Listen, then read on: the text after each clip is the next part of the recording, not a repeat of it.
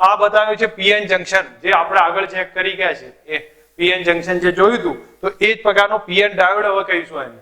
તો PN diode છે એને દર્શાવવામાં આ રીતે આવશે, આ ટાઈપનો પ્રમાણે દર્શાવવામાં આવશે.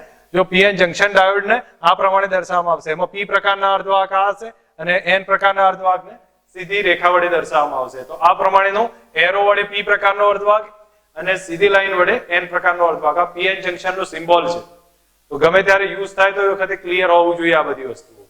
હવે બે છેડાના વિદ્યુત સ્થિતિમાનનો તફાવત છે એને બેરિયર પોટેન્શિયલ કહેવાય, અને એની જે જાડાઈ છે ટૂંકમાં એ વિસ્તાર બન્યો એને ડેપ્લેશન લેયર કહેવામાં આવે છે. આટલું આપણે ભણ્યા હતા. હવે એક બીજો પોઈન્ટ અહીંયા સમજીએ છીએ. આ પોઈન્ટમાં આપણે જોવા જઈએ તો અહીંયા તમને લોકોને ખ્યાલ આવશે કે પીએન જંક્શન ડાયોડ છે એ જે બી જંક્શન ડાયોડની જોડાણની પદ્ધતિઓ કઈ કઈ છે. પીએન જંક્શનની જોડાણની પદ્ધતિઓ બે છે, એક ફોરવર્ડ બાયસ, એક રિવર્સ બાયસ. ફોરવર્ડ બાયસ અત્યારે આપણે ચેક કરીએ છીએ, રિવર્સ બાયસ નેક્સ્ટ લેક્ચરમાં ચેક કરીશું. બંને એક જ ટાઈપની થિયરી છે. એક જ ટાઈપની એટલે મતલબ કે એક આવડશે તો બીજામાં એની કમ્પેરિઝન બતાવવાનું રહેશે, એક આવડશે બીજામાં કમ્પેરિઝન હશે. મોટા ભાગની આ ચેપ્ટરની થિયરી છે એ પેરમાં બને છે. તમે જોશો ફોરવર્ડ બાયસ, રિવર્સ બાયસ આવ્યું, જેમ એન પ્રકારનો અર્ધવાહક પી પ્રકારનો અર્ધવાહક આવ્યો, એવી રીતે ફોરવર્ડ બાયસ આવશે, રિવર્સ બાયસ આવશે, આગળ રેક્ટિફિકેશનમાં આવશે. એમ પેરમાં જો થિયરી બનતી જશે, એક તૈયાર કરશો બીજી ઓટોમેટિક આવડશે.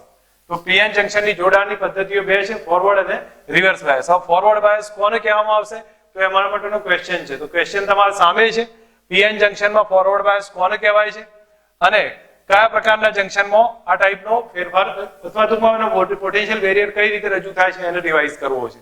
ક્વેશ્ચન એમપી છે, ફોરવર્ડ બાયસ સમજાવો. તો હવે તમારા સામે આ ક્વેશ્ચન ડિટેલ આપી છે. હવે આમાં તમે સમજવા જશો તો ક્લિયર થશે. પહેલા શરૂઆતમાં જો હું તમને કહું છું આ પોઈન્ટ્સમાં ફોરવર્ડ બાયસ કોને કહેવાય એ રીતે રજૂ થશે. તો અહીંયા જેમ જેમ પોઈન્ટ આવતા જશે એમ નોટ કરતો જવું છું અને એ પોઈન્ટ આપણે ધ્યાન રાખવાના છે. તો પહેલી પોઈન્ટ્સમાં આપણે જોવા જઈશું તો વ્યાખ્યા આવશે. સમજો ફોરવર્ડ બાયસની વ્યાખ્યા છે. તો ફોરવર્ડ બાયસની વ્યાખ્યામાં સમજી લો, પી પ્રકારનો અર્ધવાહક છે એને ધન ધ્રુવ સાથે, એન પ્રકારનો અર્ધવાહક છે એને ઋણ ધ્રુવ સાથે જોડવામાં આવે તો બનતો જે બાયસ આવે છે એને કયો કહેવામાં આવશે? ફોરવર્ડ બાયસ કહેવામાં આવશે. ફરીથી સમજી લો, પી પ્રકારના અર્ધવાહકને ધન ધ્રુવ સાથે, એન પ્રકારના અર્ધવાહકને ઋણ ધ્રુવ સાથે જોડતા બનતો જે બાયસ છે એ ફોરવર્ડ બાયસ કહેવામાં આવશે. પહેલી વ્યાખ્યા આપણે ક્લિયર કરી છે. વ્યાખ્યા ક્લિયર કર્યા પછી અહીંયા તમને હિન્ટ આપું છું કે આમની અંદર કઈ રીતનું બીજું બિહેવિયર જોવા મળે છે. તો હવે તમે એક વસ્તુ વિચારો કે પી વિભાગમાં મેજોરિટી ચાર્જ કેરિયર તરીકે કોણ હોય છે? હોલ હોય છે. એન વિભાગમાં મેજોરિટી ચાર્જ તરીકે ઇલેક્ટ્રોન હોય છે. ઓકે, અહીંયા તમને એક બીજું છે કે પી વિભાગની અંદર એન વિભાગમાં ધન આયન હોય છે, પી વિભાગમાં ઋણ આયન હોય છે. તો તમે એક વસ્તુ વિચારીને મને કહી શકો છો કે આ જે ડેપ્લેશન લેયર બન્યું છે એનું વિદ્યુત ક્ષેત્ર ધન થી ઋણ આ દિશામાં હોય? સમજ આવે છે? ડેપ્લેશન લેયરનું વિદ્યુત ક્ષેત્ર ધન થી ઋણ એટલે આ દિશામાં હશે. ઓકે, બહારનું વિદ્યુત ક્ષેત્ર જોવા જોઈએ તો બહાર જે બેટરી જોડી છે એનું વિદ્યુત ક્ષેત્ર ધન થી ઋણ આ ડાયરેક્શનમાં હશે. તો બંને એકબીજાના ઓપોઝમાં કહી શકીએ, એક આમ જાય છે એક આ ડાયરેક્શનમાં જાય છે, બંને ઓપોઝિટ દિશામાં જોવા મળે છે. તો હવે અહીંયા તમને સમજાયું છે આપેલ વોલ્ટેજના કારણે બે છેડા વચ્ચે મતલબ કે બેટરી કનેક્ટ કરી છે. હવે પી વિસ્તાર અને એન વિસ્તાર વચ્ચેનો વિદ્યુત સ્થિતિમાનનો તફાવત નહીવત હોય છે. કેમ નહીવત હોય છે એનું કારણ બતાવ્યું છે. તમે સમજજો, આ જે આપેલો વોલ્ટેજ ના આધારે પી અને એન પ્રકારના વચ્ચેનો બેનો વિદ્યુત સ્થિતિમાનનો તફાવત નહીવત હોય છે એનું કારણ અહીંયા સમજાવું છું. તો જો પી અહીંયા અંદરનું વિદ્યુત ક્ષેત્ર એન થી પી તરફનું છે અને બહારનું વિદ્યુત ક્ષેત્ર આ ડાયરેક્શનમાં છે. બંને ઓપોઝિટ છે અને બંને ઓપોઝિટ હોય તો એના કારણે એકબીજાની અસર નાબૂદ કરશે અને અસર નાબૂદ કરે તો વિદ્યુત સ્થિતિમાન ઘટશે. અને એના કારણે અહીંયા કહ્યું છે જો એન અને પી વિસ્તારનો વચ્ચેનો વિદ્યુત સ્થિતિમાનનો તફાવત નહીવત છે. તો હવે અહીંયા ડિટેલમાં થોડી સમજૂતી આપી છે, એને થોડું ધ્યાન આપો તો તમને તરત અંદાજ આવશે કે આમાં શું થશે, કેમ નહીવત જોવા મળે છે. તો તમે એક સિમ્પલ ઓબ્ઝર્વેશન લો. ધારો કે આનો વિદ્યુત સ્થિતિમાનનો તફાવત V જેટલો ધારી લીધો છે, અહીંનો વિદ્યુત સ્થિતિમાનનો તફાવત V0 છે. તો હવે જેમ તમે ઓબ્ઝર્વ કરશો તો આનો વિદ્યુત સ્થિતિમાનનો તફાવત V0 છે, અહીંનો V જેટલો છે. તો આ બેને જ્યારે આવું જોડાણ થશે, બે ઓપોઝમાં છે, એના કારણે પરિણામી વિદ્યુત સ્થિતિમાન કેટલો જોવા મળશે ભાઈ? V0 માઇનસ V જેટલો જોવા મળે. V0 માઇનસ V જેટલો જોવા મળશે. હવે તમે આને બી ઓબ્ઝર્વેશનમાં વિચારો તો તમને એટલો અંદાજ આવશે કે જેમ V ઓછો હોય, જેમ V એટલે બાહ્ય વોલ્ટેજ, જેમ બાહ્ય વોલ્ટેજ ઓછો હોય એમ ડેપ્લેશન લેયરની પહોળાઈ વધે કે ઘટે, વધારે હશે કે ઓછી હશે? વિચારો. ડેપ્લેશન લેયરની પહોળાઈ એટલે શું બતાવશે? બેરિયર વોલ્ટેજ જ બતાવશે. બે છેડાના વિદ્યુત સ્થિતિમાનનો તફાવત વધારે તો પહોળાઈ પણ વધારે હશે, જો ઓછો તો પહોળાઈ પણ ઘટશે. તો બધા શાંતિથી વિચારીને મને કહેજો, જો આનો વોલ્ટેજ V0 છે, અહીંનો વોલ્ટેજ V છે, જો બહારનો વોલ્ટેજ ઓછો રાખો તો બે વચ્ચેના મતલબ કે વિદ્યુત સ્થિતિમાનનો તફાવત V0 - V વધારે આવે કે નહીં? અને એ વધારે આવશે તો એનો મતલબ આ બે છેડાનો વોલ્ટેજ વધી જશે, વોલ્ટેજ વધશે. એટલે અહીંયા તમને હિન્ટમાં સિમ્પલ કહ્યું છે, તમે સમજ રાખો કે જો N અને P વિસ્તારના અવરોધની વાત છોડ દો, લાગુ પાડેલ વોલ્ટેજ છે V, એ અને અહીંયા જે અંદરનો વોલ્ટેજ V0 એકબીજો વિરુદ્ધમાં છે એકબીજાની, એના કારણે બેરિયરની ઊંચાઈ ઘટશે અને બેરિયરની ઊંચાઈ કેટલી થશે? V0 - V જેટલી. ધેટ મીન્સ હું અહીંયા સેકન્ડ પોઈન્ટ તમને યાદ રાખવા માટે કહી દઉં છું. સેકન્ડ પોઈન્ટમાં આપણે કયું લખ્યું છે? બેરિયર વોલ્ટેજ છે.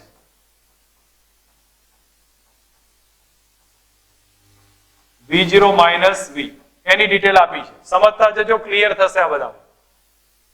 હવે એના પછી હિન્ટમાં કહ્યું છે કે આના કારણે થશે શું કે બે છેડાનો વિદ્યુત સ્થિતિમાનનો તફાવત ઘટી ગયો તો એનો મતલબ ડેપ્લેશન લેયર સાંકડું થશે. હવે ડેપ્લેશન લેયર સાંકડું થાય તો N વિભાગના ઇલેક્ટ્રોન સહેલાઈથી ક્યાં જતા રહે? P વિભાગમાં જશે. P વિભાગના હોલ ક્યાં જશે? N વિભાગમાં જતા રહેશે. આ સિચ્યુએશન કન્ટિન્યુ ચાલુ થશે અને એના કારણે પ્રવાહ મળવાનું ચાલુ થશે. જે અહીંયા થોડુંક ડિટેલ કહ્યું છે, જો સમજો, જો લાગુ પાડેલ વોલ્ટેજ, અહીંનો વોલ્ટેજ ઓછો હોય તો ઓછા ઇલેક્ટ્રોન N થી P માં જશે અને ઓછા હોલ P થી N માં જશે. ધેટ મીન્સ વિદ્યુત પ્રવાહ ઓછો હશે. પણ જો અહીંયા વોલ્ટેજ વધારે લગાડવામાં આવે, ધેટ મીન્સ આ બેનો ડિફરન્સ ઘટી જશે, ડેપ્લેશન લેયર સાંકડું થઈ જશે અને ઇલેક્ટ્રોનની ટ્રાન્સફર વધી જશે, પ્રવાહ વધશે. જે અહીંયા સમજાવ્યું છે થોડુંક ધ્યાન આપજો કે જ્યારે બેરિયરનો વોલ્ટેજ ઓછો, મતલબ એક્સટર્નલ વોલ્ટેજ ઓછો હોય તો એ વખતે પોટેન્શિયલ થોડું જ ઘટશે અને એના કારણે અહીંયા થોડા જ ઇલેક્ટ્રોન ઉર્જા મેળવી અને પસાર થશે, એથી પ્રવાહ ઓછો હશે. અને જો વોલ્ટેજ નોંધપાત્ર ઘટાડવામાં આવે, ટૂંકમાં આનું મૂલ્ય વધારવામાં આવે તો બેરિયરની ઊંચાઈ ઘટી જશે, બેરિયરની ઊંચાઈ ઘટશે અને વધારે ઇલેક્ટ્રોન ટ્રાન્સફર થશે, પ્રવાહ વધશે. હવે જે સેકન્ડ ટોપિક છે એમાં બેરિયર વોલ્ટેજની ડિટેલ આપી છે, પણ અહીંયા થોડુંક આપણને હિન્ટમાં એટલું સમજાવ્યું છે, બેરિયર વોલ્ટેજ અને પ્રવાહ એની માહિતી આપી છે. તમે લોકો સિમ્પલ સમજીને લખી શકો છો, આની અંદર કઈ વધારે છે નહીં. કે મેં તમને હિન્ટ આપી એ પ્રમાણે જો લાગુ પાડેલ વોલ્ટેજ નાનો હોય તો એનો મતલબ થશે કે બેરિયરની જાડાઈ છે અથવા પહોળાઈ છે એ થોડી ઓછી હશે, મતલબ કમ્પેરેટિવ પહેલા કરતા ઓછી હશે, પણ આગળ જે વધારે વોલ્ટેજ કરીશું એનાથી થોડી વધારે જોવા મળશે. એ કન્ડિશનમાં પ્રવાહ છે એ ઓછો પસાર થશે. પણ જો આનું મૂલ્ય વધારે દેવામાં આવે તો આ સાંકડું થઈ જશે અને એના કારણે પ્રવાહમાં વધારો જોવા મળશે. હવે અહીંયા મેં તમને હિન્ટ કીધી એ પ્રમાણે આ જ્યારે સિચ્યુએશન બને તો N વિભાગમાંથી ઇલેક્ટ્રોન P વિભાગમાં જતા રહેશે, P વિભાગના હોલ છે એ N વિભાગમાં જશે. હવે થશે શું એ સમજજો. N વિભાગના ઇલેક્ટ્રોન P વિભાગમાં આવ્યા તો ત્યાં એરાય માઇનોરિટી ચાર્જ કેરિયર બની ગયા. N વિભાગના ઇલેક્ટ્રોન જો P વિભાગમાં આવી જાય ત્યાં માઇનોરિટી ચાર્જ કેરિયર બનશે. એમ P વિભાગના હોલ અહીંયા મેજોરિટી હતા એ N માં જતા રહે તો ત્યાં માઇનોરિટી ચાર્જ કેરિયર બની ગયા. ધેટ મીન્સ અહીંયા આપણે શું કરીએ છીએ ભાઈ, N વિભાગના ઇલેક્ટ્રોનને P માં નાખીએ ને P વિભાગના મેજોરિટી ચાર્જ કેરિયરને N વિભાગમાં નાખી દઈએ છીએ. તો એમ જોવા જઈએ તો અલગ અલગ વિસ્તારમાં માઇનોરિટી ચાર્જ કેરિયરનું ઇન્જેક્શન કરીએ છીએ, દાખલ કરીએ છીએ. જો N વિભાગમાં ઇલેક્ટ્રોન દાખલ કર્યા, P વિભાગમાં હોલ દાખલ કર્યા છે તો માઇનોરિટી ચાર્જ કેરિયરનું ઇન્જેક્શન કર્યું છે એમ કહેવામાં આવશે. તો જો અહીંયા સમજો, લાગાડેલ વોલ્ટેજમાં N વિસ્તારમાં થી ઇલેક્ટ્રોન ક્યાં જશે? P વિભાગમાં જશે. P વિભાગમાં જઈને રહે ત્યાં માઇનોરિટી ચાર્જ કેરિયર બની જશે. એ જ રીતે P વિભાગના હોલ છે એ N વિભાગમાં પહોંચશે, ત્યાં રહે માઇનોરિટી ચાર્જ કેરિયર બની જશે. એમ જોવા જઈએ તો આ પ્રક્રિયાને માઇનોરિટી વાહક ઇન્જેક્શન કહેવામાં આવે છે. તો અહીંયા આપણને ખ્યાલ હોવો જોઈએ કે આના લીધે શું થશે કે N થી P માં, P થી N માં ઇલેક્ટ્રોન ટ્રાન્સફર થતા જશે. એ માઇનોરિટી વાહક ઇન્જેક્શનની ડિટેલ આપી છે. તો એના પછીનો પોઈન્ટ લખું છું, માઇનોરિટી વાહક ઇન્જેક્શન. ઠીક છે, આ એક third point fourth point clear કર્યો છે. હવે એના પછી અહીંયા તમને સીધા અર્થમાં કહ્યું છે ઇલેક્ટ્રોન અહીંયા આવી ગયા પછી એ શું કરશે, ઇલેક્ટ્રોન જો અહીંયા આવી જાય તો એ પછી અહીંથી ટ્રાન્સફર થઈ એના બેટરીના ધન છેડા તરફ જશે, ધનમાંથી ઋણમાં જશે અને એ ફરીથી પાછા ક્યાં આવી જશે? એન વિભાગમાં આવશે. એમ પી વિભાગના હોલ એન વિભાગમાં જશે, એન વિભાગમાંથી પાછા અહીંયા જશે, અહીંથી આ ધન છેડા તરફ અને ફરી પાછા પી વિભાગમાં આવી જશે, જે અહીંયા સમજાવ્યું છે. જો હવે જંકશનની સીમા પાસે બંને બાજુ માઇનોરિટી વાહક સંખ્યા ઘનતા ઘણી વધે છે, એ તો ઠીક છે, આના આધારે સંખ્યા ઘનતા ઉપરથી ડિટેલ આપી છે. હવે એના પછી અહીંયા કહ્યું છે કે પી વિભાગમાં ઇલેક્ટ્રોન દાખલ થઈ પી વિભાગની ધાર પાસે પહોંચી જશે અને ધાર પાસે પહોંચ્યા પછી એ ફરીથી પાછા એન વિભાગમાં દાખલ થશે. એ જ રીતે એન વિભાગમાં હોલ પણ એ રીતે ટ્રાન્સફર થતા હશે. તો અહીંયા સમજો, મેં તમને જે હિન્ટ કીધી એ પ્રમાણે એન ના ઇલેક્ટ્રોન પી ની ધાર પાસે પહોંચશે, એ જ રીતે પી ના જે હોલ છે એ એન ની ધાર પાસે પહોંચશે, ફરીથી પાછા બહાર પ્રવાહનું ચાલુ કરી દેશે. ટૂંકમાં પ્રવાહ કોના કારણે મળે છે? ભાઈ ફક્ત ઇલેક્ટ્રોનના કારણે મળે છે કે હોલના પણ કારણે મળે છે? પ્રવાહ કોના કારણે મળ્યો? તો ઇલેક્ટ્રોનના ટ્રાન્સફરના કારણે બી મળ્યો અને હોલના કારણે બી મળ્યો છે. તો બેના સરવાળાના લીધે થશે, જે અહીંયા તમને હિન્ટ આપી અને આપણને સામાન્ય સમજૂતી આપી છે. જો કે આના કારણે વિદ્યુતભાર વાહક બંને તરફ ગતિ કરે છે અને પ્રવાહ મળશે. તો ફોરવર્ડ બાયસમાં ડિફ્યુઝન પ્રવાહ એટલે હોલ ડિફ્યુઝન પ્રવાહ અને ઇલેક્ટ્રોન ડિફ્યુઝન પ્રવાહ એ બેના કારણે મળે છે. એટલે બેનો સરવાળો થતો હોય એ રીતે મિલી એમ્પિયરના ક્રમનો પ્રવાહ મળશે. નેક્સ્ટ હવે જે ફાઇનલ પોઈન્ટ છે એ આપણા માટે કયો બન્યો છે? તો આપણો જે ટોટલ પ્રવાહ છે એ કોના કારણે મળ્યો? હોલના કારણે પ્લસ ઇલેક્ટ્રોનના કારણે જે પ્રવાહ મળી ગયો છે. આટલા પોઈન્ટ્સ આપણા માટે ઇમ્પોર્ટન્ટ બને છે. હવે જો એના પછી છે આ ગ્રાફ બતાવે છે. હવે ગ્રાફની અંદર ડિટેલ તમારી સાથે વાત કરું તો અહીંયા તમે જો ઓબ્ઝર્વ કરશો તો આ ગ્રાફ આપણને I વર્સિસ V નો ગ્રાફ છે. I વર્સિસ V નો આપણા માટે આ જ ગ્રાફ ઇમ્પોર્ટન્ટ છે. હવે આ ગ્રાફનો નેચર જોવા જશો તમને કદાચ અહીંયા ખ્યાલ આવશે કે આ ગ્રાફનો નેચર ઓબ્ઝર્વ કરશો તો અહીંયા સુધી આ ગ્રાફ ધીમે ધીમે વધે છે અને પછી એકાએક શું થઈ જાય છે? ઝડપથી વધારો થઈ જાય છે. પહેલા ધીમે ધીમે વધતો હતો, પછી એકાએક ઝડપથી વધારો થઈ જાય છે. તો અહીંયા થશે કે આટલા સુધી ધીમે ધીમે ગ્રાફ વધશે અને થ્રેશોલ્ડ વોલ્ટેજ કહેવામાં આવશે અને થ્રેશોલ્ડ કે કટ ઇન વોલ્ટેજ પછી પ્રવાહમાં એકાએક વધારો થશે. તો અહીંયા આપણને ગ્રાફ પરથી I વર્સિસ V નો અંદાજ આવશે. I વર્સિસ V નો ગ્રાફ પ્લોટ કર્યો તો ધીમે ધીમે ધીમે પ્રવાહમાં વધારો થયો અને પછી એકાએક થ્રેશોલ્ડ વોલ્ટેજ કે કટ ઇન વોલ્ટેજ આવ્યો, પછી વોલ્ટેજ પ્રવાહમાં ઝડપી વધારો થઈ જશે. આનો ફોરવર્ડ બાયસ નો ગ્રાફ છે. તમને ખ્યાલ આવશે આ ઓહમનો નિયમ નહીં પાલન થાય. આપણે આજે મર્યાદા જોઈશું ને તો એની અંદર ડિટેલમાં તમને ખ્યાલ હશે કે ભાઈ ઓહમનો નિયમની મર્યાદા આવશે અને એમાં આ I વર્સિસ V નો આલેખ છે સુરેખ નથી, એટલે ઓહમનો નિયમ ત્યાં પાલન નહીં થતું. કેટલા પોઈન્ટ્સ રિવાઇઝ કર્યા છે ભાઈ એની અંદર? તમને લોકોને આટલા 4-5 પોઈન્ટ છે, એક એક શાંતિથી સમજીએ. હવે ક્લિયર થશે. વ્યાખ્યા કોને કહેવાય ભાઈ? P પ્રકારના અર્ધવાહકને પોઝિટિવ સાથે, N પ્રકારના અર્ધવાહકને નેગેટિવ સાથે જોડવામાં આવે બનતી રચના ફોરવર્ડ બાયસ બનશે. ઓકે, બેરિયર વોલ્ટેજ વિશે શું સમજાવીએ કે તો અહીંયા તમને આના ઉપરથી ખ્યાલ આવે કે આ સિચ્યુએશનમાં જો P અને N જે વિભાગ આપણે કનેક્ટ કર્યો છે એના બે છેડાનો વિદ્યુત સ્થિતિમાનનો તફાવત કેવો હોય છે? ઓછો હોય છે. કેમ ઓછો હોય છે? તો એના માટે એક વસ્તુ સમજો, બહારનો લાગુ પાડેલ વોલ્ટેજ અને અંદરનો વોલ્ટેજ એ બે વિરોધક સ્થિતિમાં હોય છે, વિરોધક સ્થિતિમાં જોવા મળતા હોય છે. એટલે એ સિચ્યુએશનમાં અહીંયા બતાવ્યું છે કે અહીંયા સિમ્પલ હિન્ટમાં કહ્યું છે બહારનો વોલ્ટેજ V અને અંદરનો વોલ્ટેજ V0 બંને પરસ્પર વિરોધક સ્થિતિમાં છે. એના કારણે પરિણામી બેરિયર વોલ્ટેજ કેટલો જોવા મળે છે? V0 માઇનસ V જોવા મળશે. તો આપણે સેકન્ડ પોઈન્ટ અહીંયા ક્લિયર કર્યો છે, V0 માઇનસ V છે. હવે બેરિયર વોલ્ટેજ ને પ્રવાહનું રિલેશન કઈ રીતે સેટ થાય છે તો એવો ઓબ્ઝર્વ કરીએ, તમને ખ્યાલ આવશે આમાં કે અહીંયા આપણને હિન્ટ કહી છે કે જો વોલ્ટેજ બહારનો લાગુ પાડેલ વોલ્ટેજ ઓછો રાખવામાં આવે તો પ્રવાહનું મૂલ્ય કમ્પેરેટિવ કેવું હશે? વધારે હશે. અને જો બહારનો લાગુ પાડેલ વોલ્ટેજ વધારવામાં આવે તો depletion layer V0 minus V ઘટી જશે અને એના કારણે પ્રવાહ પણ ઘટશે. અહીંયા હિન્ટ આપી છે એ મુજબ જો લાગુ પાડેલ વોલ્ટેજ ઓછો હોય તો એનો મતલબ થયો કે એના કારણે પ્રવાહ કમ્પેરેટિવ ઓછો પ્રવાહ પસાર થશે. અને જો લાગુ પાડેલ વોલ્ટેજ વધારવામાં આવે તો એ કન્ડિશનમાં વાહકને પૂરતી ઉર્જા મળશે, પ્રવાહ વધી જશે. ઓકે, થર્ડ પોઈન્ટ ક્લિયર થયો. ફોર્થ પોઈન્ટમાં માઇનોરિટી વાહક ઇન્જેક્શન કઈ રીતે બતાવાય? તો આના કારણે શું થશે? N વિભાગમાંથી ઇલેક્ટ્રોન ક્યાં જતા રહેશે? P વિભાગમાં, જ્યાં માઇનોરિટી બની જશે. અને P વિભાગના હોલ N વિભાગમાં જશે, જ્યાં તે માઇનોરિટી બનશે. આમ અલગ અલગ વિભાગમાં માઇનોરિટી દાખલ થાય છે એટલે માઇનોરિટી વાહક ઇન્જેક્શન કહેવામાં આવે છે. એ પોઈન્ટ સમજ આવશે. અને ફાઇનલી આપણે ચેક કર્યું તો અહીંયા આપણે ઓબ્ઝર્વ કર્યું કે પી વિભાગના ઇલેક્ટ્રોન પી વિભાગમાં ઇલેક્ટ્રોન દાખલ થઈ એની ધાર પાસે પહોંચશે અને ત્યારબાદ એ આગળ બેટરીમાંથી પસાર થઈ એન વિભાગમાં જતા રહેશે. એન વિભાગમાં હોલ આવશે, એ પી એન ની ધાર પાસે પહોંચી અને પી વિભાગમાં જશે. આમ ટૂંકમાં વિદ્યુતનું વહન બેના કારણે મળે છે, ઇલેક્ટ્રોન અને હોલ બેના લીધે. તો એટલા માટે આને હોલ ડિફ્યુઝન પ્રવાહ, ઇલેક્ટ્રોન ડિફ્યુઝન પ્રવાહ બેનો સરવાળો કરી કુલ પ્રવાહ મળે. બોલો સમજ આવી જાય? હવે નેક્સ્ટ એના પછી રિવર્સ બાયસ ની વાત કરું છું. તો રિવર્સ બાયસમાં સમજો, રિવર્સ બાયસ પહેલા તો કહેવાય છે કોને?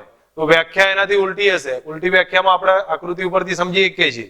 તો તમારી સામે અહીંયા આકૃતિ આપી છે, એમાં બતાવ્યું છે પી પ્રકારના અર્ધવાહકને બેટરીના ઋણ ધ્રુવ સાથે, એન પ્રકારના અર્ધવાહકને બેટરીના ધન ધ્રુવ સાથે કનેક્ટ કરીએ તો એ કયો બાયસ બનશે? રિવર્સ બાયસ બનશે. પી પ્રકારના અર્ધવાહકને બેટરીના ઋણ ધ્રુવ સાથે, એન પ્રકારને બેટરીના ધન ધ્રુવ સાથે કનેક્ટ કરીએ તો રિવર્સ બાયસ બની જશે. હવે રિવર્સ બાયસ બનશે તો એમાં ખાસિયત કઈ હશે? તો એ વસ્તુ અહીંયા સમજીએ. તો જો ધ્યાન આપજો, આ પ્રમાણેનો ડેપ્લેશન લેયર તૈયાર થતું હતું. એમાં તમને ખ્યાલ હશે આ એન વિભાગ, આ પી વિભાગ છે.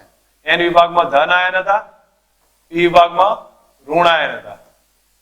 આ રીતની ગોઠવણી બનતી હતી. હવે જ્યારે આને કનેક્શન કરવામાં આવે તો પી સાથે નેગેટિવ અને એન સાથે પી સાથે નેગેટિવ અને એન સાથે પોઝિટિવ કનેક્ટ કરી દઈશું.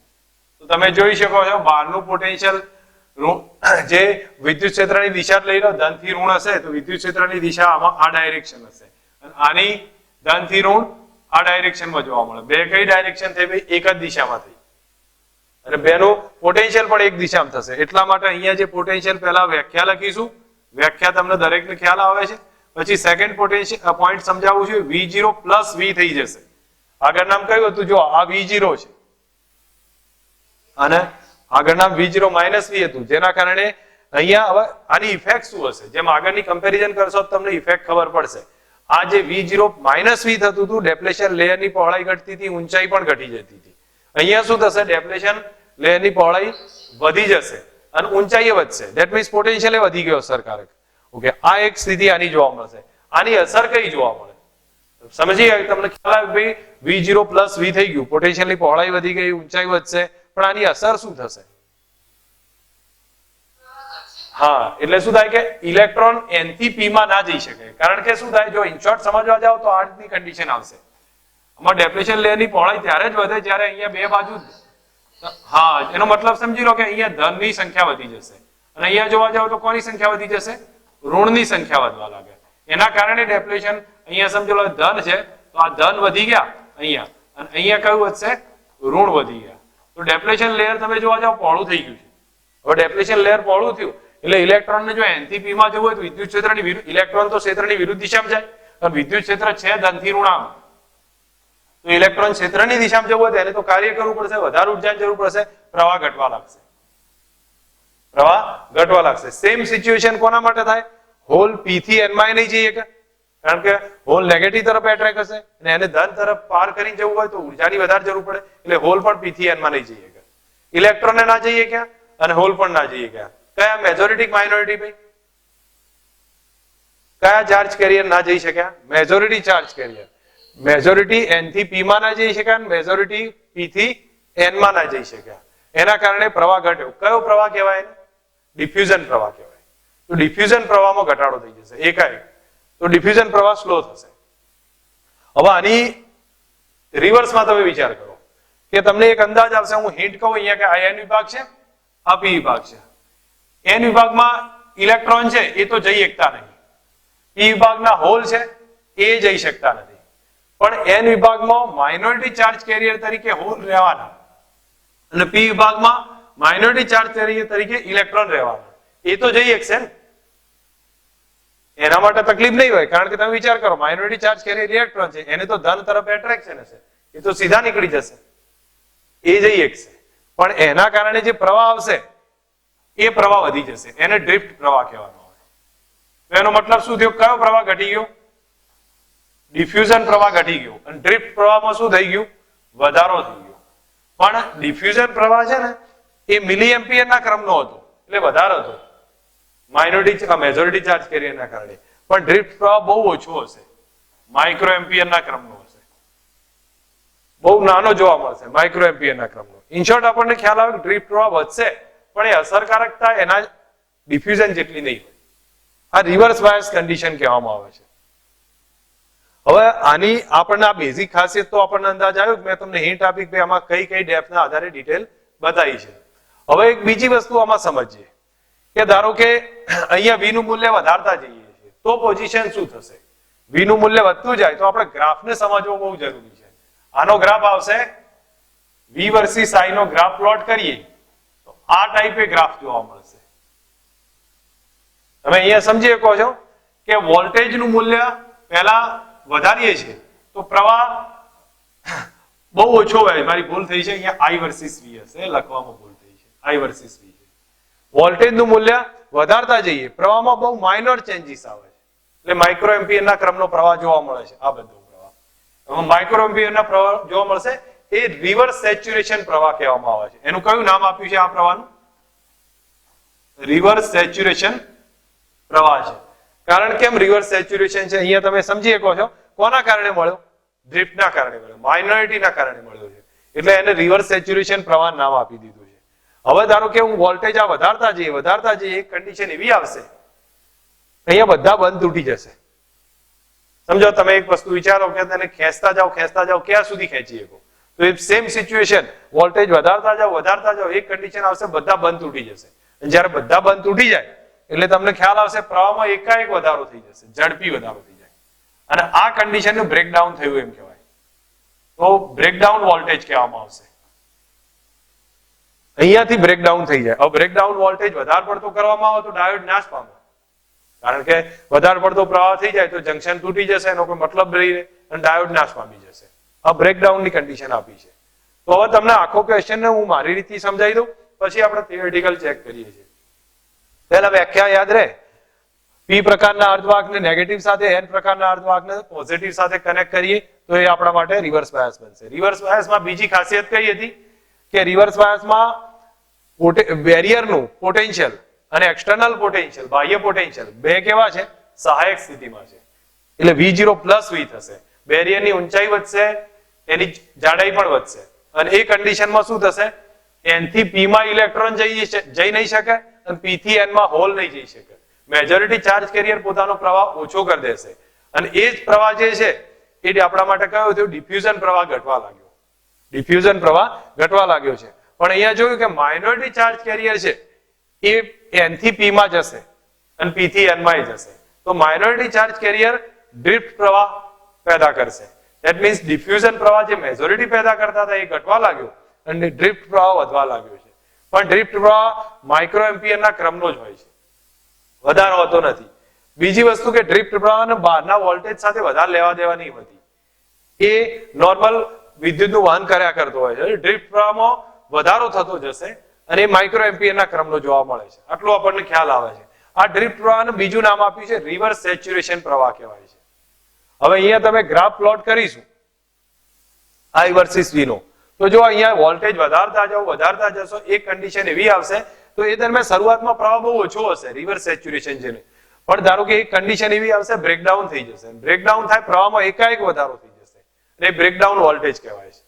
અને આવું ફોરવર્ડ બાયસમાં થાય છે. ફોરવર્ડ બાયસમાં તમે જોતા હતા, તમને ખ્યાલ હશે ગ્રાફ આ ટાઈપનો હતો, અને એક કન્ડિશનને આપણે થ્રેશોલ્ડ વોલ્ટેજ અથવા કટ ઇન વોલ્ટેજ કહેતા હતા. હવે એ સિચ્યુએશનમાં એ શું થશે? પ્રવાહમાં એકાએક વધારો થઈ જશે. તો એ આમાંય જોવા મળશે, પણ એમાં આમાં શાર્પ જોવા મળે છે એકદમ. એ બ્રેકડાઉન વોલ્ટેજ થયું છે અને એમાં આખો ડાયોડ નાશ પામે છે. હવે બોલો એક બીજી વાત કહું કે આનો અવરોધ કઈ રીતે શોધીએ? કાંઈ ભાઈ આનો અવરોધ મળે? R બરાબર V upon I થી મળે કે ના મળે? ઓહમના નિયમનું પાલન થાય છે? નહીં થતું ને. તો ઓહમના નિયમનું પાલન ના થાય તો આપણે ડાયનેમિક અવરોધ ચેક કરવો પડે. ડાયનેમિક અવરોધ એટલે delta V upon delta I કહેવાય. મતલબ કોઈ પાર્ટ લઈ લો, અહીંયાથી આટલો ભાગ લઈ લો, આમાં ડેલ્ટા I V ગણી કાઢો, ડેલ્ટા V ગણશો, આ ડેલ્ટા I ગણો, તો એના આધારે સીધી કિંમત લખો. આ ડાયનેમિક અવરોધ હશે. ફોરવર્ડ બાયસનો ઓછો હશે, રિવર્સનો વધારે હશે. બોલો સમજ આવી જાય એટલા સુધી? હવે જો હું અહીંયા આ પોઈન્ટને થિયરિટિકલ ટોપિકમાં ચેક કરીએ તો થિયરિટિકલ રીતે સમજજો તો ક્લિયર થશે આખો ક્વેશ્ચન. અહીંયા સમજાવ્યું શું? જો પહેલા વ્યાખ્યા આપી છે, વ્યાખ્યામાં બતાવ્યું છે કે જ્યારે ડાયોડના બે છેડા વચ્ચેનો વોલ્ટેજ એવી રીતે કનેક્ટ કરીએ કે N છેડો ધન અને P છેડો ઋણ સાથે કનેક્ટ હોય એને રિવર્સ બાયસ કહેવામાં આવશે. બીજું શું કહ્યું છે કે ડેપ્લેશન લેયર એવી રીતે કનેક્ટ થશે કે બહારનું ડેપ્લેશન, આ બહારનું પોટેન્શિયલ અને ડેપ્લેશન લેયરનું પોટેન્શિયલ બે એક જ દિશામાં હોય છે. આના કારણે બેરિયરની ઊંચાઈ V0 પ્લસ V જેટલી થશે, ટૂંકમાં વધવા લાગશે. આપણને ખ્યાલ આવશે V0 પ્લસ V જેટલી થશે. હવે એના કારણે ઇલેક્ટ્રોન જે છે N થી P માં અને હોલ P થી N માં જવાનું બંધ કરી દેશે. અને એ જ્યારે જવાનું બંધ કરી દે એટલે પરિણામી જે પ્રવાહ છે ફોરવર્ડ બાયસનો એ ઘટી જશે. આ આપણને ખ્યાલ હોવો જોઈએ, ફોરવર્ડ બાયસનો પ્રવાહ ઘટશે. તો હવે શું કરવું પડશે?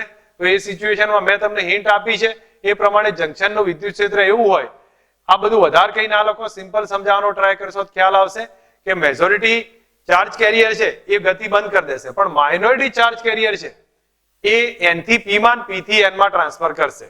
તો એના કારણે ડ્રિફ્ટ પ્રવાહ મળશે. કેટલાનો હશે? માઇક્રો એમ્પિયરના ક્રમનો જોવા મળશે. બરોબર? તો અહીંયા આપણને બતાવ્યું છે, અહીંયા હિન્ટ આપી છે. એક બીજું કહ્યું છે ફોરવર્ડ બાયસમાં ડ્રિફ્ટ પ્રવાહ હતો કે નહીં ભાઈ? ફોરવર્ડ બાયસમાં ડ્રિફ્ટ પ્રવાહ હોય કે ના હોય? હા, હોય ખરો, પણ એને અવગણી શકાય એવો. કેમ? કારણ કે મિલી એમ્પિયર નો મેજોરિટી મળે છે અને માઇક્રો એમ્પિયર ના માઇનોરિટી ના કારણે ડ્રિફ્ટ પ્રવાહ મળે, એ અવગણી શકાય એવો. ફોરવર્ડ બાયસમાં પણ એ હોય છે, પણ જે મેજોરિટી ચાર્જ કેરિયર નો મિલી એમ્પિયર મળે છે એની સાપેક્ષમાં એને અવગણી કાઢીએ છીએ. બરોબર? પછી અહીંયા મેં તમને કહ્યું હતું રિવર્સ બાયસ છે વોલ્ટેજ પર ખાસ આધાર રાખશે નહીં, એટલે આપણને ધ્યાન પૂરતું હોવું જોઈએ. કોઈ એવું વધારે છે નહીં, પણ એ કંટ્રોલ કરવા માટે એનો અમુક યુઝ થતો હોય છે. હવે અહીંયા એક વસ્તુ છે, રિવર્સ બાયસ છે, રિવર્સ બાયસ ની અંદર પ્રવાહ અમુક કરતા વધારે, વોલ્ટેજ અમુક કરતા વધારે કરવામાં આવે તો એ કન્ડિશનમાં પ્રવાહમાં ઝડપથી વધારો થઈ જાય છે અને એ વોલ્ટેજને બ્રેકડાઉન વોલ્ટેજ કહેવામાં આવશે. બરોબર? બ્રેકડાઉન વોલ્ટેજ પછી થોડો વોલ્ટેજ વધારવામાં આવે તો પ્રવાહમાં ઘણો મોટો ફેરફાર થઈ જાય છે.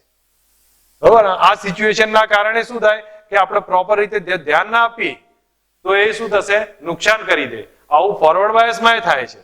આવો ફોરવર્ડ બાયસમાં પણ આ કન્ડિશન બને છે. ફોરવર્ડમાં પણ અમુક પ્રવાહ કરતા મૂલ્ય વધી જાય તો પણ આ રીતની ફોરવર્ડ બાયસમાં પણ સિચ્યુએશન બને છે. એટલે આ તો ફક્ત એક સમજના આધારે આપણે નોટ કરવાનું છે. હવે એના પછી અહીંયા હિન્ટ આપી છે, V વર્સિસ I નો આલેખની વાત કરી છે. હું માનું ત્યાં સુધી આલેખ તમે શોર્ટમાં સમજાવો, ડિટેલ આટલી બધી વધારે પડતી ના રાખો, ચાલી શકે છે, એમાં કોઈ ફરક નહીં પડે.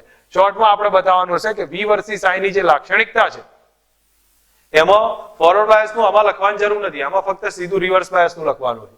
રિવર્સ બાયસમાં મેં તમને હિન્ટ આપી હતી એ પ્રમાણેની ડિટેલ બતાવી દો કે એની અંદર વોલ્ટેજમાં વધારો કરતા પ્રવાહમાં ધીમો વધારો થાય છે, એને રિવર્સ સેચ્યુરેશન પ્રવાહ કહેવામાં આવશે. અને એક કન્ડિશન આવશે, વોલ્ટેજમાં થોડો વધારો કરીએ, પ્રવાહમાં ઝડપી વધારો થાય છે, એ વોલ્ટેજ બ્રેકડાઉન વોલ્ટેજ છે. ફરી એકના એક સેન્ટેન્સ લખવાનું આવશે તો એને આપણે બ્રેકડાઉન વોલ્ટેજ કહેવાય, જ્યાં પ્રવાહ એકાએક વધી જશે. આટલું ખ્યાલ રાખવાનો છે. હવે અહીંયા હિન્ટ આપી છે કે અવરોધની વાત કરી છે. અવરોધમાં મેં તમને હિન્ટ કહ્યું હતું ભાઈ કે ફોરવર્ડ બાયસ ને રિવર્સ બાયસ એમાં ઓહમના નિયમનું પાલન તો થતું નથી, અને ઓહમના નિયમનું પાલન ના થાય એટલા માટે આપણે સીધો અવરોધ તો મળશે નહીં, તો ડાયનેમિક અવરોધ આવશે.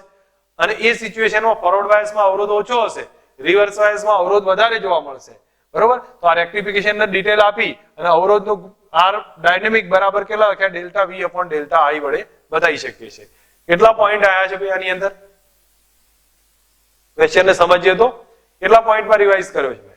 હવે જો થોડું ધ્યાન આપો. પહેલા મેં વ્યાખ્યા આપી, બીજું આની વાત કરી છે, પછી મેં ડિફ્યુઝન પ્રવાહની વાત કરી છે, સાથે સાથે કોની વાત કરી છે? ડ્રિફ્ટ પ્રવાહની પણ વાત કરી છે.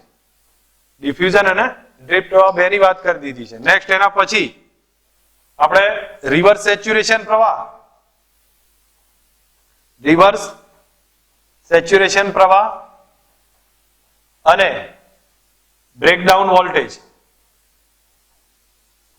એની વાત કરી. છેલ્લે આલેખ સમજાવ્યો છે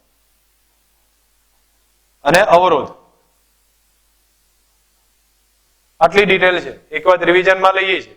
વધારે મોટો ક્વેશ્ચન હોય ત્યાં અમુક વસ્તુ સેન્ટેન્સ લખવામાં ઉપર નીચે થઈ જાય તો કોઈ વાંધો નથી. તમારી રીતે પણ ડિટેલ બધી આવી જવી જોઈએ. વ્યાખ્યા આવડશે. વ્યાખ્યા કઈ કહેવાય? P પ્રકારના અર્ધવાહકને ઋણ ધ્રુવ સાથે N પ્રકારના અર્ધવાહકને ધન ધ્રુવ સાથે જોડીએ તો એને આપણે રિવર્સ બાયસ કહેવામાં આવશે. રિવર્સ બાયસમાં જોઈશું તો બહારનું પોટેન્શિયલ અને બેરિયરનું પોટેન્શિયલ એક જ દિશામાં હશે તો બેરિયરની ઊંચાઈ વધશે, પહોળાઈ વધશે. કેટલી થશે? V0 પ્લસ V જેટલી. હવે વાત કરવાની છે કે આના લીધે મેજોરિટી ચાર્જ કેરિયર N થી P માં અને P થી N માં જવાનું બંધ કરી દેશે અને એના કારણે ડિફ્યુઝન પ્રવાહ ઘટી જશે. ડિફ્યુઝન પ્રવાહ ઘટી જશે. શોર્ટમાં આપણે સિમ્પલ સમજાવતા જઈએ છીએ, પણ આ સિચ્યુએશન જ્યારે થાય છે તો એ દરમિયાન માઇનોરિટી ચાર્જ કેરિયર P થી N માં અને N થી P માં જશે અને એના કારણે ડ્રિફ્ટ પ્રવાહ વધશે. પણ ડ્રિફ્ટ પ્રવાહ કેટલા ક્રમનો હોય છે? માઇક્રો એમ્પિયર ના ક્રમનો જોવા મળે છે. ડ્રિફ્ટ પ્રવાહ છે એ વોલ્ટેજ પર ડિપેન્ડ નહીં કરે, એ પ્રવાહની વધઘટના આધારે અમુક કંટ્રોલ કરવામાં આવે છે. હવે બીજી વસ્તુ બતાવી છે કે અહીંયા જોઈએ તો ડ્રિફ્ટ પ્રવાહનો જે અહીંયા જે પ્રવાહ મળ્યો છે એ કયો કીધો છે? રિવર્સ સેચ્યુરેશન પ્રવાહ મળશે. હવે ધારો કે વોલ્ટેજ વધારતા જ જઈએ, એક સ્થિતિ એવી આવશે કે જેમાં બ્રેકડાઉન થઈ જશે અને બ્રેકડાઉન થતા પ્રવાહમાં ઝડપથી વધારો થઈ જાય છે. આવું ફોરવર્ડ બાયસમાં થતું હોય છે અને એ પણ એમાં જોવા મળશે. અને બીજું કે બ્રેકડાઉન પાસેની કન્ડિશન આપણે વધારતા કરી દઈએ તો એમાં જંક્શન નાશ પામે છે. આ પણ ડિટેલ બતાવવાની છે. હવે નેક્સ્ટ આલેખ સમજાવીશું. તો આલેખમાં પાછી એના જ કન્ડિશન આવી છે. V વર્સિસ I નો આલેખ છે જે એની લાક્ષણિકતા બતાવે છે. હવે વોલ્ટેજ વધારતા જઈશું, પ્રવાહ ધીમેથી વધે છે અને રિવર્સ સેચ્યુરેશન પ્રવાહ એક સ્થિતિમાં બ્રેકડાઉન થશે. બ્રેકડાઉન વખતે વોલ્ટેજ થોડો વધારો, પ્રવાહમાં ઝડપથી વધારો થશે અને આ સ્થિતિ આપણને ખ્યાલ આવી જાય તો પછી ફોરવર્ડ બાયસમાં લખવું હોય તો લખીએ કે એમાં આમ સેમ કન્ડિશન જોવા મળે છે. બાકી પછી અવરોધની વાત કરીશું. અહીંયા અવરોધ આવશે, ઓહમના નિયમનું પાલન નહીં થતું તો ડાયનેમિક અવરોધ હશે. R બરાબર delta V upon delta I જોવા મળે. ફોરવર્ડનો અવરોધ ઓછો, રિવર્સનો કેવો હશે? વધારે હશે. ક્વેશ્ચન સમજ આવી જશે કમ્પેરિઝન પરથી? બંને ક્વેશ્ચન ધ્યાન રાખજો. ફોરવર્ડ ને રિવર્સ હું એક એક ચલાવું છું પણ બીજું આગળનું રિવિઝન લેતો જઉં છું જેથી કરીને તમને યાદ રહે, સમજ બી આવે. હવે જો એક નેક્સ્ટ ક્વેશ્ચન લઉં છું જે ધ્યાન રાખવા જેવો છે અને એમાં તમને ક્લિયર રાખજો, પછી હું છેલ્લે બધું રિવિઝનમાં આપણે એડજસ્ટ કરીએ છીએ. હવે આવે છે રેક્ટિફિકેશન. રેક્ટિફિકેશન નો અર્થ સમજજો. એસી નું ડીસી માં કન્વર્ઝન કરીએ એને રેક્ટિફિકેશન કહેવામાં આવશે. તો જે અહીંયા એસી કરંટનું ડીસી કરંટમાં રૂપાંતર કરીશું તો એને રેક્ટિફિકેશન કહીશું. જેમ કે અહીંયા સમજાવ્યું છે બે પ્રકારના રેક્ટિફિકેશન આવશે, હાફ વેવ અને ફૂલ વેવ. ડાયાગ્રામ અત્યારે તમને એટલી સમજ નહીં આવે તો કોઈ વાંધો નહીં, એનાથી કોઈ ફરક નથી પડતો. પણ અહીંયા હાફ વેવ રેક્ટિફિકેશન હોય એની અંદર સમજો, હાફ વેવ રેક્ટિફિકેશનમાં આપણે ઓબ્ઝર્વ કર્યું કે આ જે વેવ છે આખું છે ને, પણ જ્યારે રેક્ટિફિકેશન થાય ત્યારે અડધું તરંગ જ બહાર આવે છે. તમે ઓબ્ઝર્વ કરો કે અહીંયા આ ધન છેડો, આ ધન ભાગ બહાર આવી ગયો, ઋણ ભાગ એબ્ઝોર્બ થઈ ગયો છે.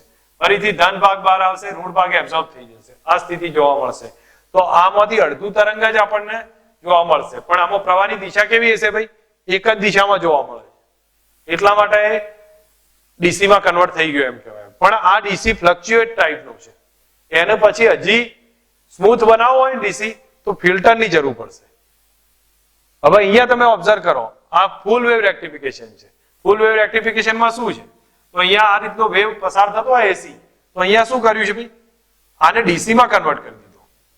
બધા એક જ દિશામાં પ્રવાહ પસાર થાય, વધઘટ થાય છે પણ ડીસી માં કન્વર્ટ થાય. એને આપણે એક ડાયરેક્શનમાં રાખવું હોય શું કરવું પડે? ફિલ્ટર એડજસ્ટ કરવું પડશે. ફિલ્ટર રાખો એટલે પાછો સ્મૂથ થઈ જશે. તો તમને ખ્યાલ આવે છે અમુક ધારો કે બેટરીની કન્ડિશન હોય છે કે જે બેટરીનો ચાર્જર હોય છે એ બધામાં તમે જોઈ શકો છો ડીસી પ્રવાહની જરૂર પડશે. તો એસી ટુ ડીસી કન્વર્ટ કરવા માટે આ સામાન્ય સિસ્ટમની જરૂર પડતી હોય છે કે એક ધારો કે રેક્ટિફાયર નાનું હોય અને એની સાથે ફિલ્ટર મૂકેલું હોય તો એસી પ્રવાહ ટુ ડીસી પ્રવાહમાં કન્વર્ટ થઈ જાય છે. આ એક રેક્ટિફિકેશનની બિહેવિયર છે, ખાસિયત છે.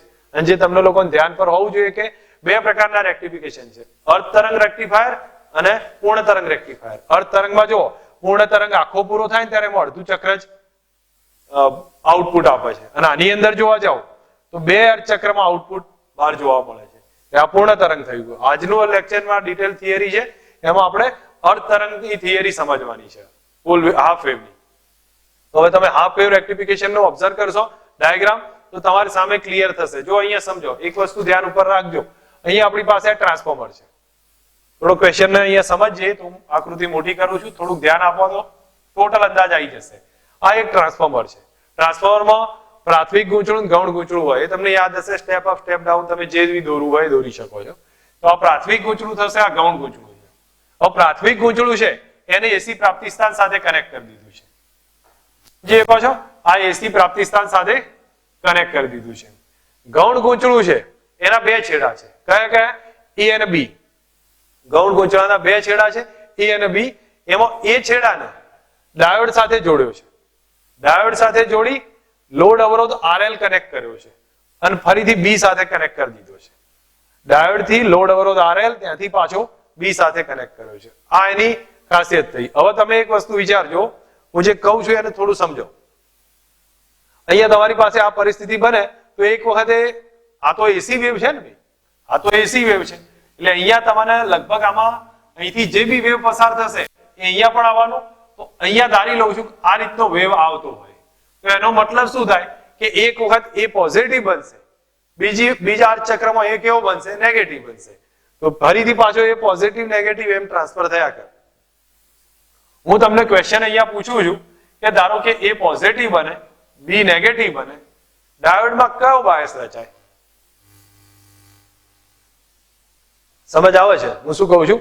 એ પોઝિટિવ બન્યો, બી નેગેટિવ બન્યો, આ ડાયોડમાં કયો બાયસ બનશે?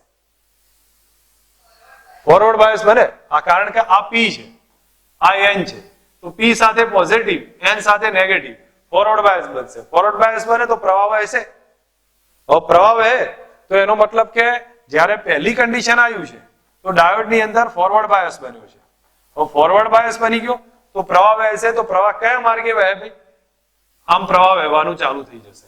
તો એક્સ થી વાય તરફ પ્રવાહ વહેશે, એક્સ થી વાય તરફ પ્રવાહ વહેશે. અહીંયા લોડ અવરોધ RL જોડી કાઢું તો આના બે છેડા વચ્ચે મને આઉટપુટ વોલ્ટેજ મળી જશે. હવે આઉટપુટ વોલ્ટેજ મને કયો મળ્યો ભાઈ? કઈ ડાયરેક્શનમાં મળ્યો? VO જોવા જાવ તો એક્સ થી વાય માં મળ્યો, એક્સ થી વાય માં મળશે. ઓકે, હવે તમને આટલું તો ખ્યાલ આવ્યો ને કે જ્યારે ડાયોડની અંદર ફોરવર્ડ બાયસ આવશે તો પ્રવાહ વહેશે અને પ્રવાહ જશે એક્સ થી વાય તરફનો અને એના કારણે અવરોધના બે છેડા વચ્ચેનો વોલ્ટેજ પણ આપણને પોઝિટિવ જોવા મળે છે. હવે ધારો કે એનાથી રિવર્સમાં વિચારું તો જો અહીંયા સમજ રાખો, આ નેગેટિવ કરું, આ પોઝિટિવ કરું તો અહીંયા કયો બાયસ આવે ભાઈ? Reverse bias. અને રિવર્સ બાયસ આવે તો શું થશે? હમણાં જોયું પ્રવાહનું વહેવાનું કેવું કરી દે? ઓછું કરી દે. ધેટ મીન્સ આપણે બંધ કરી દે એમ જ ધારી લઈએ છીએ. માઇક્રો એમ્પિયર નો થઈ જાય એટલે બંધ બરાબર જ થઈ જશે. તો પ્રવાહ 0 થઈ જશે, પ્રવાહ નહીં વહે. અને પ્રવાહ ના વહે તો અવરોધના બે છેડા વચ્ચેનો વોલ્ટેજ 0 થઈ જાય. બરોબર, વોલ્ટેજનો તફાવત 0 આવશે તો એ પ્રવાહ નહીં મળે. અને એનો આપણે ગ્રાફ પ્લોટ કરીશું તો એ ગ્રાફ આપણને આ ટાઈપનો જોવા મળે. તમે ઓબ્ઝર્વ કરીને ડાયાગ્રામ ડ્રો કરો તો તમને તરત ખ્યાલ આવશે કે ફૂલ વેવમાં સોરી અહીંયા પહેલું જે ઇનપુટ છે આવું જોવા મળે છે. ઇનપુટ આ ટાઈપનું છે પણ આઉટપુટ કેવું જોવા મળશે? ઓબ્ઝર્વ કરો, આઉટપુટમાં અડધું ચક્ર આવ્યું તો એક્સ થી વાય પ્રવાહ મળ્યો, પછીના અડધા ચક્રમાં પાછો રિવર્સ બાયસ આવ્યો, નહીં મળે. ફરીથી પાછા અડધા ચક્રમાં પ્રવાહ મળશે અને ફરીથી પાછા અડધા ચક્રમાં નહીં મળે, પાછો મળશે. તો આ સિચ્યુએશન ચાલુ થશે. તો આ ઇનપુટની છે અને આ કોની આવી ભાઈ? આઉટપુટની. V વર્સિસ T નો આલેખ આવ્યો છે. અહીંયા પણ V વર્સિસ T નો આલેખ છે. ઇનપુટ અને આઉટપુટના આ રીતના ગ્રાફ જોવા મળે છે. હું માનું ત્યાં સુધી તમને તરત ખ્યાલ આવી જવો જોઈએ કે આ કઈ રીતે ડિટેલ બતાવી છે. એકવાર ફરી બતાવી દઉં છું પછી ટેક્સ્ટબુકની થિયરી સમજી લો. જો અહીંયા પહેલા મેં હિન્ટ આપી એ પ્રમાણે ડાયાગ્રામ સમજતા આવડી ગયો છે કે ટ્રાન્સફોર્મરના પ્રાથમિક ગૂંચળાને એસી પ્રાપ્તિ સ્થાન સાથે ગૌણ ગૂંચળું છે, એના બે છેડા A અને B છે. એમાં A છેડાને ડાયોડ સાથે જોડી લોડ RL સાથે કનેક્ટ કરી અને B સાથે કનેક્ટ કરવામાં આવે છે. આ રીતની સિચ્યુએશન બનશે. હવે જ્યારે ડાયોડની અંદર આપણા આઉટપુટ ક્યાં મળશે? X અને Y ની વચ્ચે મળશે. તો જ્યારે ડાયોડમાં A ઋણ હશે, A ધન હશે, B ઋણ હોય તો ડાયોડમાં ફોરવર્ડ બાયસ આવશે. જો ફોરવર્ડ બાયસ આવે તો પ્રવાહ વહેશે અને પ્રવાહ X થી Y તરફ વહેશે તો અવરોધના બે છેડા વચ્ચેનો વોલ્ટેજ બી આઉટપુટમાં મળશે. પણ ધારો કે A ઋણ બન્યો, B ધન બન્યો, ડાયોડમાં રિવર્સ બાયસ આવે, રિવર્સ બાયસ આવે, પ્રવાહ નહીં વહે અને પ્રવાહ ના વહે તો આઉટપુટ વોલ્ટેજ 0 થઈ જશે. અને એને આપણે ડાયાગ્રામ વાઇઝ ચેક કરીએ તો આપણી પાસે આ રીતનો ડાયાગ્રામ જોવા મળશે. તો એમાં પૂર્ણ તરંગ રેક્ટિફાયરમાં આપણને પૂર્ણ વેવ બતાવ્યો છે, આ હાફ વેવમાં પૂર્ણ વેવ છે. અને જ્યારે એનો આઉટપુટ જોવા મળે તો અડધા ચક્રમાં જ આઉટપુટ જોવા મળે છે. કારણ કે જ્યાં ફોરવર્ડ બાયસ છે ત્યાં જ જોવા મળશે, રિવર્સ બાયસમાં 0 હશે. તો આ એની ખાસિયત થઈ છે. હવે આપણે આને પ્રેક્ટિકલી ચેક કરીએ છીએ ડિટેલમાં શું લખવાનું છે. જો તમને આકૃતિ મેં આગળ લખાઈ હતી એ પ્રમાણે આવશે, એનું વર્ણન આવશે, ફિગરનું વર્ણન છે. સમજ રાખજો, આકૃતિની ડિટેલ વર્ણન કરી દો. તો એમાં કહ્યું છે ટ્રાન્સફોર્મરના પ્રાથમિક ગૂંચળા છે, ટ્રાન્સફોર્મરનું પ્રાથમિક ગૂંચળું છે એને એસી પ્રાપ્તિ સ્થાન સાથે જોડેલું છે. ગૌણ ગૂંચળું છે એને ડાયોડ અને લોડ અવરોધ RL સાથે જોડેલું છે. હવે અહીંયા જોવા જઈએ ટ્રાન્સફોર્મરનું ગૌણ ગૂંચળું છે એમાં A અને B વચ્ચે એસી વોલ્ટેજ મળે છે. આપણે એને કઈ એક્સ અને વાય કહી દેશો તો એ ચાલી જશે. હવે અહીંયા એકવાર ફોરવર્ડ બાયસ ની વાત આવશે. તો અહીંયા જો આ ટોપિક આકૃતિ સમજાઈ દીધી, પછી ફોરવર્ડ બાયસ ની વાત કરીશ, અથવા પ્રથમ અર્ધચક્ર કહું તો બી ચાલી જશે. તો એ અર્ધચક્ર દરમિયાન એ ધન બનશે, બી ઋણ બનશે, ફોરવર્ડ બાયસ આવશે, અવરોધમાં એક્સ થી વાય તરફનો પ્રવાહ મળશે. બીજા અર્ધચક્રમાં શું થઈ જશે? એ ઋણ બનશે, બી ધન બનશે, તો રિવર્સ બાયસ આવશે, અને બાયસ આવશે એ રિવર્સ બાયસ ના કારણે પ્રવાહ મળશે નહીં. તો સેકન્ડ આપણને રિવર્સ બાયસ ની વાત કરી છે. અને એનાથી આગળ સમજીએ તો હવે તમને ખ્યાલ આવી ગયો છે કે રિવર્સ બાયસમાં પ્રવાહ શૂન્ય હશે એમ ગણી શકીએ છીએ. હવે અહીંયા આપણને ફક્ત આ તો સમજૂતી પૂરતો જ બતાવ્યો છે કે એમાં વધારે છે નહીં. અને એ બી યાદ રાખવા જેવું છે ભાઈ, કેટલે સુધી આ વોલ્ટેજ વધારી શકીએ. તમને યાદ ડાયાગ્રામ યાદ આવે છે? એના હું તમને બતાવું કે આ જે ડાયાગ્રામ, હા, બ્રેકડાઉન સુધી જ વધારી શકો ને. બ્રેકડાઉન પછી ના કરીએ કે નહીતર પછી આ બધા કામ નહીં લાગે. એટલે અહીંયા એ સમજાવ્યું હતું પૂર્ણ વેવમાં કે આ હાફ વેવમાં, કે અહીંયા તમે સમજો કે ટ્રાન્સફોર્મરના ગૌણ ગૂંચળાનો જે એસી વોલ્ટેજ છે, અહીંયા થોડુંક સેન્ટેન્સમાં લખવામાં ભૂલ છે, પણ આપણે એટલું જ લખવાનું છે કે ટ્રાન્સફોર્મરના જે ગૌણ ગૂંચળાનો એસી વોલ્ટેજ છે એ કોનાથી વધી ના જવું જોઈએ? બ્રેકડાઉન થી ના વધી જવો જોઈએ. બ્રેકડાઉન થી વધી જાય તો ડાયોડ કામ કરશે નહીં. બ્રેકડાઉન થી વધવો ના જોઈએ. હવે એના પછી અહીંયા આપણે આકૃતિ બતાવી છે. મેં તમને આકૃતિ તો ઓલરેડી સમજાવી દીધી કે આકૃતિમાં ઇનપુટ વર્સિસ ટાઈમનો અને આઉટપુટ વર્સિસ ટાઈમનો ગ્રાફ પ્લોટ આપ્યો છે. અને એ ગ્રાફમાં જોઈએ છે કે ઇનપુટના બંને અર્ધચક્ર દરમિયાન આઉટપુટમાં ફક્ત એક જ અર્ધચક્રમાં આઉટપુટ વોલ્ટેજ મળે છે. એટલા માટે એને અર્ધચક્ર રેક્ટિફાયર અથવા અર્ધ તરંગ રેક્ટિફાયર કહેવામાં આવશે. બોલો, ક્વેશ્ચન સમજ આવે છે? ખ્યાલ આવે છે ક્વેશ્ચન? એક વાત આખો રિવિઝનમાં લઈએ છીએ અને 4-5 પોઈન્ટ છે એ ધ્યાન રાખીએ. લાસ્ટ પોઈન્ટ અહીંયા લખી દઉં છું, આલેખ છે. આ પોઈન્ટ કમ્પેરિઝન જ કરવાના છે તમારે, અને તમારે એના પરથી ધ્યાન રાખવાના છે. પછી બંને ત્રણેય થિયરીના ફોરવર્ડ રિવર્સ ને એના આધારે રિવાઇઝ કરીએ છીએ. બોલો, પહેલા તો મને આકૃતિ કહેશો. આકૃતિમાં શું બતાવ્યું છે? તમારી સામે જ છે આકૃતિ. અહીંયા પ્રાથમિક ગૂંચળાને પ્રાપ્તિ સ્થાન સાથે ગૌણ ગૂંચળાના એ અને બી છેડા છે. એમાં એ ને ડાયોડ થી લોડ અવરોધ RL થી બી સાથે કનેક્ટ કર્યો છે. બરોબર? આને આપણે અર્ધ તરંગ રેક્ટિફાયર કહ્યું છે. પહેલા અર્ધચક્ર દરમિયાન એ ધન બની જશે, બી ઋણ બનશે, ડાયોડમાં ફોરવર્ડ બાયસ આવશે, પ્રવાહ એ થી બી કો એક્સ થી વાય તરફનો વહેશે. બરોબર? આઉટપુટ મળશે આપણને. પછી એ ઋણ બનશે, બી ધન બનશે, ડાયોડમાં રિવર્સ બાયસ આવ્યો, કોઈ પ્રવાહ મળશે નહીં.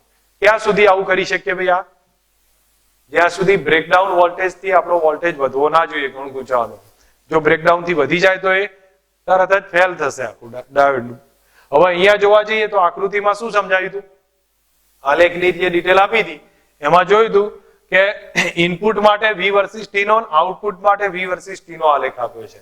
એમાં ઇનપુટના બે અર્ધચક્ર દરમિયાન, આઉટપુટમાં ફક્ત એક જ અર્ધચક્ર દરમિયાન વોલ્ટેજ જોવા મળે છે, અને એ એક જ દિશાનો વોલ્ટેજ છે. એટલા માટે અર્ધ તરંગ રેક્ટિફાયર કહેવામાં આવે છે. ઓકે, અહીંયા ક્વેશ્ચન ખતમ કર્યો છે મેં.